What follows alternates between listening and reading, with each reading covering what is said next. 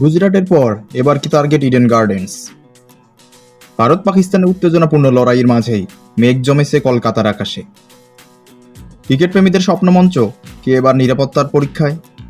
সম্প্রতি গোয়েন্দা সূত্রে জানা গেছে, ইডেন গার্ডেন্সে হামলার হুমকি দিয়েছে একটি অজ্ঞাত উৎস।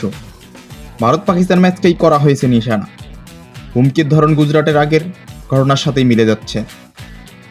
বলা হচ্ছে স্টেডিয়াম টার্গেট করা হতে পারে বিস্ফোরণের মাধ্যমে। এই হুমকির সূত্র কোথা থেকে এলো? কে বা কারা এমন বার্তা পাঠাচ্ছে বারবার? গুজরাটের মতোই এবারও একটি অজানা ইমেল এসেছে প্রশাসনের কাছে। বার্তায় বলা হয়েছে, ক্রিকেট শুধু খেলা নয়, প্রতিশোধের মঞ্চ। এমন বক্তব্য আতঙ্ক ছড়াতেই যথেষ্ট। হুমকির খবর আসার পরই চূড়ান্ত তৎপর কলকাতা পুলিশ। স্টেডিয়ামের চারপাশে বসানো হয়েছে নজরদারি, বসানো হয়েছে অতিরিক্ত CCTV. Dog squad, bomb squad ইতিমধ্যেই কাজ শুরু করেছে। সরাসরি নজর রাখছে কেন্দ্রীয় সংস্থা এনআইএ এবং র। প্রশ্ন উঠছে, এই হুমকির মাঝে আইপিএল কি চলবে আগের মতোই? বিসিসিআই জানিয়েছে, নিরাপত্তা সুনিশ্চিত করতে তারা প্রতিটি পদক্ষেপ নিচ্ছে। এখনই ম্যাচ বাতিলের কোনো সম্ভাবনা নেই। তদন্তে উঠে আসছে আন্তর্জাতিক জঙ্গি সংগঠনের ইঙ্গিত।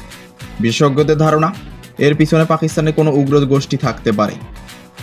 তবে এখনও নিশ্চিত কিছু নয়, চলছে সাইবার অ্যানালাইসিস।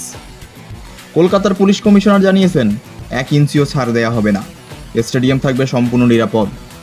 বিসিসিআইও জানিয়েছে, খেলোয়াড় ও দর্শকদের নিরাপত্তা নিশ্চিত করাই তাদের প্রধান লক্ষ্য। এই হুমকি হয়তো একটি মনস্তাত্ত্বিক যুদ্ধ, কিংবা সাবধান থাকা জরুরি আমাদের। স্টেডিয়ামে গেলে নিরাপত্তা বিধি মেনে চলুন, আর কোনো সন্দেহজনক কিছু দেখলে সাথে সাথে জানান কর্তৃপক্ষকে। ক্রিকেট কেবল খেলা নয়, আমাদের জাতীয় আবেগ। সেই আবেগে আঘাত হানলে চাইলেও আমরা একসাথে রুখে দাঁড়াবো। প্রশাসন প্রস্তুত, শহর সতর্ক, এবং আমরা ক্রিকেট প্রেমীরা একজোট। এই হুমকি নিয়ে আপনার কি মত? কমেন্টে জানাবেন এবং ভিডিওটি শেয়ার করুন যেন সবাই সতর্ক থাকে। আর হ্যাঁ, সাবস্ক্রাইব করতে ভুলবেন না।